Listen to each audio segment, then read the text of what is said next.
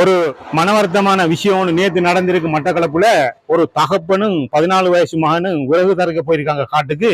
அப்ப அந்த நேரத்துல வந்து யானை விரசிருக்கு. யானை விரசினோடனே யானைக்கு பயந்து ஆத்துல பாஞ்சிருக்காங்க தகப்பனு மகனும். அந்த மகன் 14 வயசு மகனுக்கு நீந்த தெரியும், நீந்துட்டாரு. அவரு வந்து நீங்க தெரியாது, செத்துட்டாரு. இப்ப எவ்வளவு வருத்தம், எவ்வளவு மன வருத்தமான விஷயம். சும்மா லேசியா சொல்லிட்டோம், வந்து விறகு தரைக்க போறேன்னு யானை திரத்தி ஆத்துல பாஞ்சி செத்துட்டானோ அப்படி நினைக்க கூடாது. அந்த நேரத்துல வந்து அவர் எவ்வளவு பசியா இருந்திருப்பார்ன்றத பத்தி நம்ம சிந்திக்கணும். விறகு தரைக்க போனாங்க எவ்வளவு பசி. மரணம், அதாவது மனிதனுக்கு வந்து மரணம் வந்து இயற்கை தான் இருந்தாலும் கூட அவர் அந்த நேரத்துல கடுமையான பசியில போயிருக்காரு. இது எல்லாரும் நம்ம ஸ்ரீலங்கா பொறுத்த வரைக்கும் நம்ம எல்லாருக்கும் இது பெரிய கொடூரமான பாவம். இது முக்கியமா வந்து பாராளுமன்ற உறுப்பினர்கள் தொண்டை கிளிய கத்துறீங்க ஒரு விஷயம் இல்லை. இப்படியான விஷயத்துக்கு கத்துங்க, போங்க அவருக்கு வீட்டுக்கு போங்க. 6 பிள்ளைகளும் அந்த தாய் இப்ப என்ன நிலைமையில இருக்கான்றத போயிட்டு பாருங்க. போயிட்டு பார்த்து எல்லா பாராளுமன்ற உறுப்பினரும் போயிட்டு அவங்களுக்கு செய்ய வேண்டிய உதவிகளை செய்யுங்க.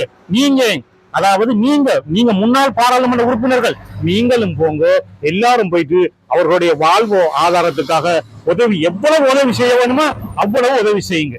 இப்படிக்கு என்றும் உங்கள் மட்டி மண்முட்டி.